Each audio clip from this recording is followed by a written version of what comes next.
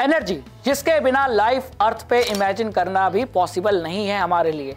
हम क्या, यहाँ तक कि हमारे इलेक्ट्रिकल अप्लायंसेस भी एनर्जी पे चलते हैं। कौन सी एनर्जी? जी हाँ, आपने सही सोचा, इलेक्ट्रिकल एनर्जी।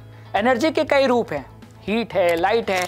उसी तरह एक रूप है इलेक्ट्रिकल एनर्जी, जिनको हम प्रोड्यूस करते हैं और फिर उसका यूज़ करते हैं। और हमारे तमाम इलेक्ट्रिकल अप्लायंसेस, चाहे वो टीवी हो, एसी हो, फैन हो, यहाँ तक कि गीज़र हो ठंड के मौसम में, वो भी इलेक्ट्रिसिटी पे काम करता है। लेकिन आज के इस वीडियो में हम जानेंगे कि इलेक्ट्रिसिटी को कैसे प्रोड्यूस करते हैं और उसे घर तक कैसे भेजा जाता है। तो सबसे पहला काम आपको ये करना है, इलेक्ट्रिसिटी प्रोड्यूस करना है। तो इलेक्ट्रिसिटी प्रोड्यूस करने के लिए हम पावर प्लांट का यूज़ करते हैं, ठीक है। अब पावर प्लांट कैसे होते हैं? वो थर्मल पावर प्लांट भी हो सकते हैं, वो हाइड्रो इलेक्ट्रिक पावर प्लांट भी हो सकते हैं, वो न्यूक्लियर पावर प्लांट भी हो सकते हैं, नहीं तो विंड मिल का भी यूज़ किया जाता है।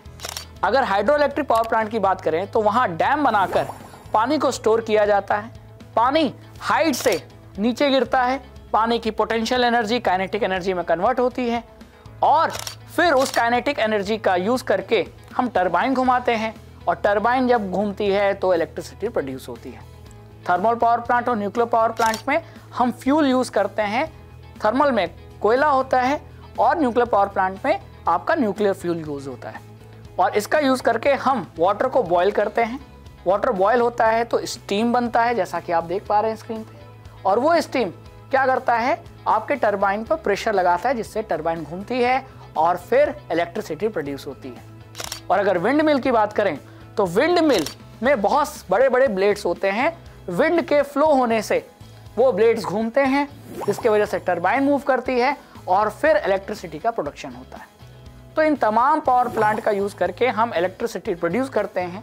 लेकिन उन इलेक्ट्रिसिटी में इतनी पावर नहीं कि वो हमारे घर तक आ सके, क्योंकि उसके लिए एनर्जी देना ज़रूरी है।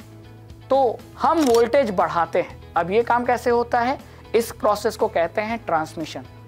तो डैम में प्रोड्यूस हुई इलेक्ट्रिसिटी उसको हम दूर तक ले जाते हैं और इसके लिए हम सब स्टेशन बनाते हैं, जहां स्टेप अप ट्रांसफार्मर का यूज़ किया जाता है।